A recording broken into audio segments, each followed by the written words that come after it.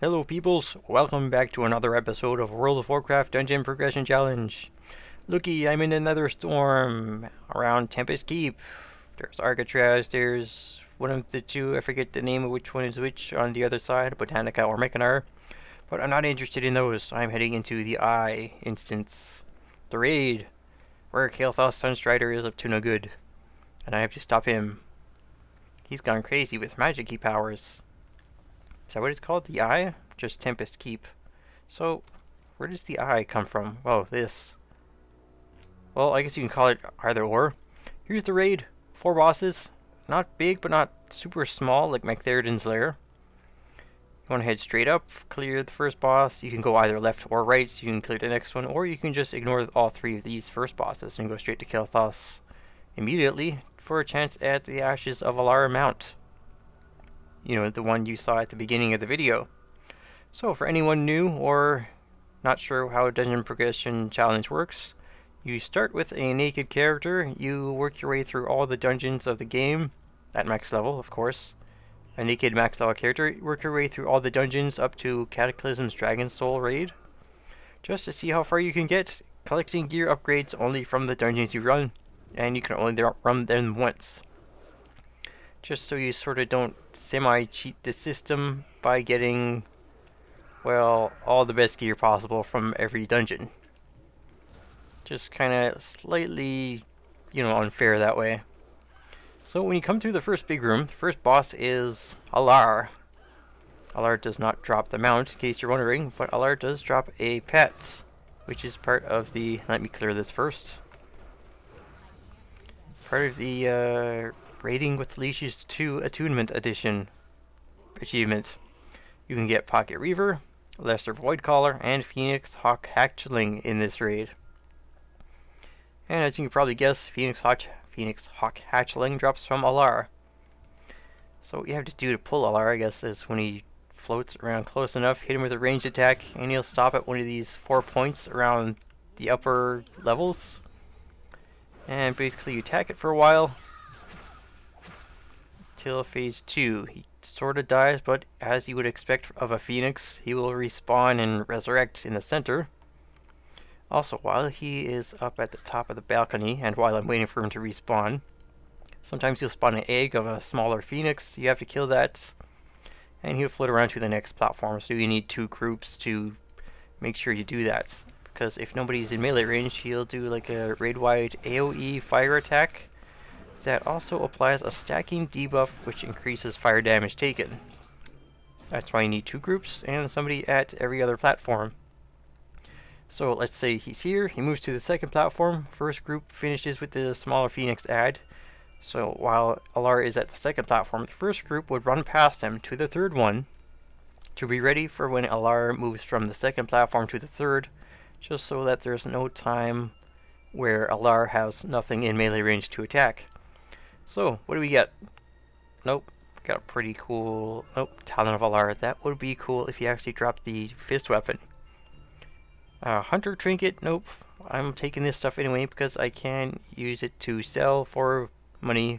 And running all these dungeons, I'm going to make a lot of money off this. Next boss will be Void Reaver. He's a fun one. Doesn't have any real phase encounters, just one really long single phase. He's on the left side of the instance, and I think Nethermancer Solarian is on the right side. Solarium, that's the area. So, what's her name? Tempest Keep. Hi, Astromancer Solarian. Pocket Reaver, Lesser Voidcaller, Phoenix Hawk Hatchling. Pretty straightforward, got arcane, constructs, a lot of blood elves in this raid. Naturally. Semi-fun thing about Void Reaver is once you pull him and you don't clear trash, all the trash aggroes and comes to you. So if you don't want to run around the room, clear that way, you can have them all group up in one place by pulling the boss immediately. I think I'll do that. Because, well, I don't know, I just feel like it today. Especially this patrolling group. Now, of course, you obviously wouldn't want to do that if you're running this with the level 70 group, because you need a lot of room to move around. I wonder if I can kill the trash and still have the boss up to go over the boss's abilities. Okay, bye-bye trash. That was quick. Saves me a lot of time. Now, what did drop here? Plate dodge. Yes, yes, you knock me back, I don't care. That knockback is something he does to the tanks. It also wipes threat, so you need like 2 tanks to constantly push threat. Also does this pounding, which affects melee targets. And he's constantly throw out these lightning orbs. Come on, throw one out. There's one. And if you are in the area when it lands, you'll be silenced for 6 seconds. Not very fun for casters. I think that's it. Pretty easy fight, but it does go on for quite a while, and the biggest problem is, I'd say, the silence. You know, for an actual raid group. He has a chance to drop the pocket reaver. Ooh, hello to your shoulders, thank you very much. To your shoulders, rogue trinkets. Special attacks increase crit chance. Not bad. Another working pattern. Well, I can sell all this for money. I won't take all the regular stuff though. I'll take that. 2 gold is 2 gold. 4 gold. Okay, High Astromancer Solarian. Let me just speedily make my way to her. Thank you to the magic of video editing. Okay, here we are at the end of the hallway, entering High Astromancer Solarian's, I guess, chamber, the solarium proper. Solarian in the solarium. Now, if you do pull her, the room also pulls, but it can be a problem because these larger mobs among the patrolling groups, they cast a mind control, and when that happens, that pretty much resets the aggro and all the mobs in the room. And they'll get, I guess they'll run back to where they were, and you really can't kill anything. And if something was partially dead, it will reset the health, and that kind of sucks. So, if you want to pull the room, you sort of want to kill these scryers first. Then you're pretty much free to pull a Solarian.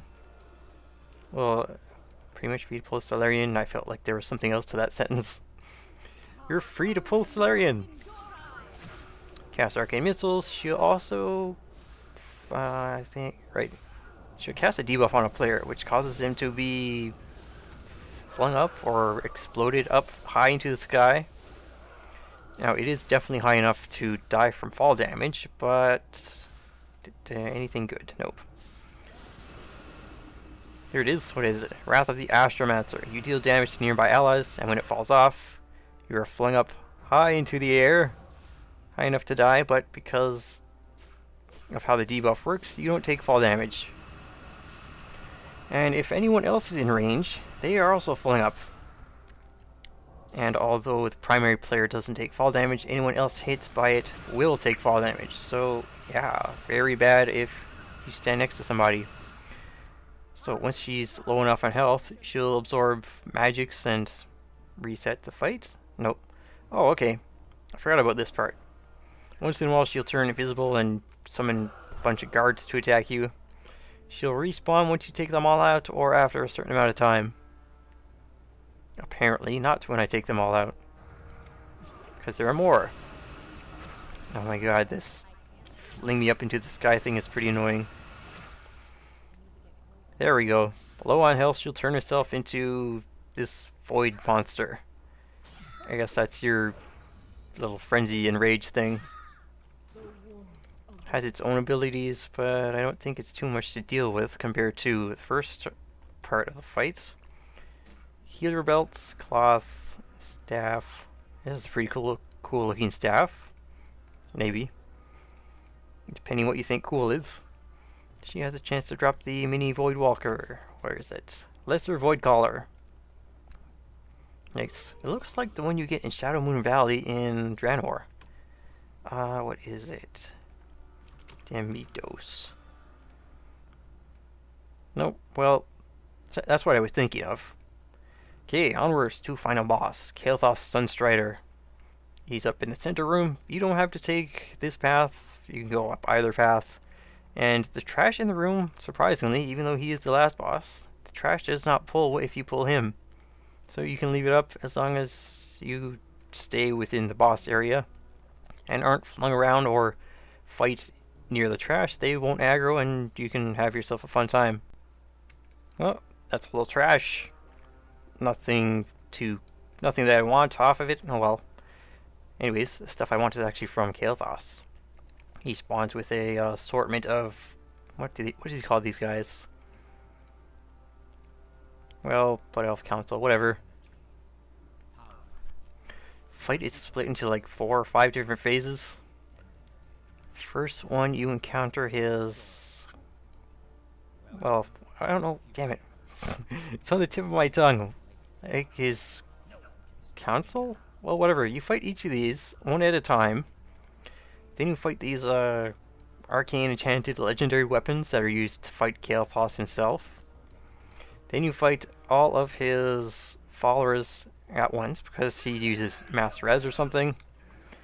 Thaladred does silence and I think a fear? No, he does a knockback. Sanguinar does the fear.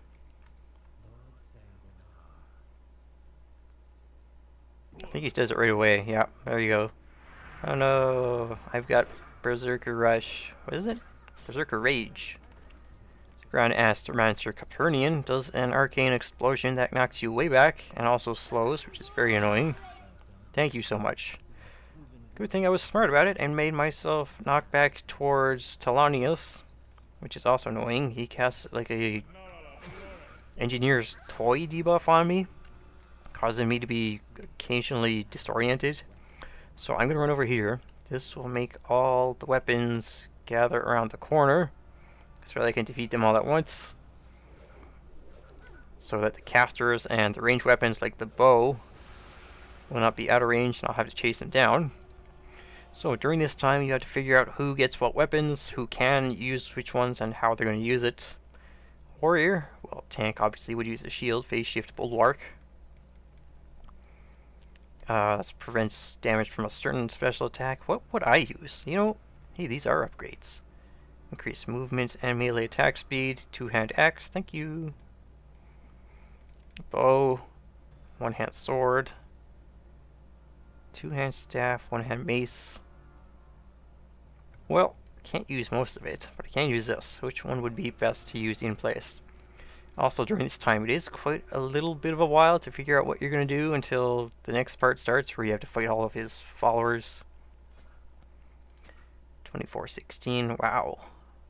26:15, 26:19. Alright, there we go. I'm all set. So, this is basically a passive, increased movement and melee attack speed for 30 seconds. Thank you so much. Now, of course, I can't take this with me. It only lasts 15 minutes. And, well, I'm going to have to re-equip this once I go elsewhere. So, the weapons despawn, and eventually the next part begins. Thank you, Kael'thas. Right on cue. Best thing to do here would probably to take out Sanguinar. And then oh, great. Well, I got all the debuffs now. Wonderful. Thank you so much. Well, try to take them all out at once. Probably Sanguinar for the fear, Capernian for the conflagrate, which lasts like 9 seconds. Now, Talonius, not as bad. Because, well, sometimes, oh jeez. Well, the debuff doesn't last as long as the rest, but it doesn't give you much breathing room.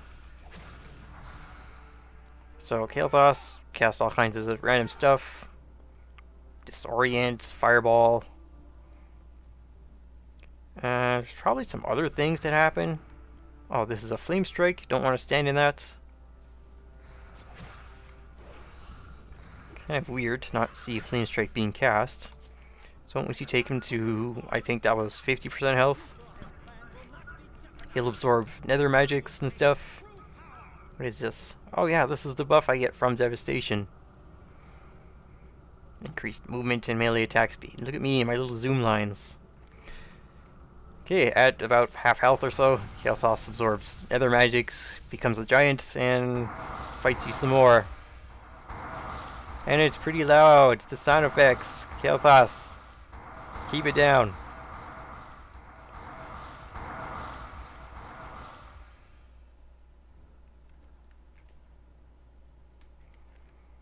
Oh yeah, that's right. There's also mind control. That's when I remember running this at level 80 with our friends, and it was really very tough to deal with. There we go. He has a chance to drop the ashes of Alar Mount. Very low chance because, well, that's the way it works. It's not free. Verdant Sphere for defeating him. No upgrades except for Tier Chest. Tier Chest probably is an upgrade, and no ashes of Alar. Put this here to remind myself. Oh, I've completed that quest. Delete. Okay, well, this has been episode 33 of World of Warcraft Dungeon Progression Challenge. If you liked this video, leave a like, and if you want to follow along with the series, you can subscribe as well. Next time, I'm going to start to run Mount Hyjal. Start to? Probably start and finish. Yeah, I'll probably put it all in one video, and then Black Temple, and then Sunwell, and then Wrath of the Lich King. That should be loads of fun. It's been a while since, well, I don't know if it's been a while, but I feel like I've ran a lot of I haven't run a lot of 5-man dungeons lately. I'm eager to get back to it. Okay, till next time, be well, stay well, and farewell.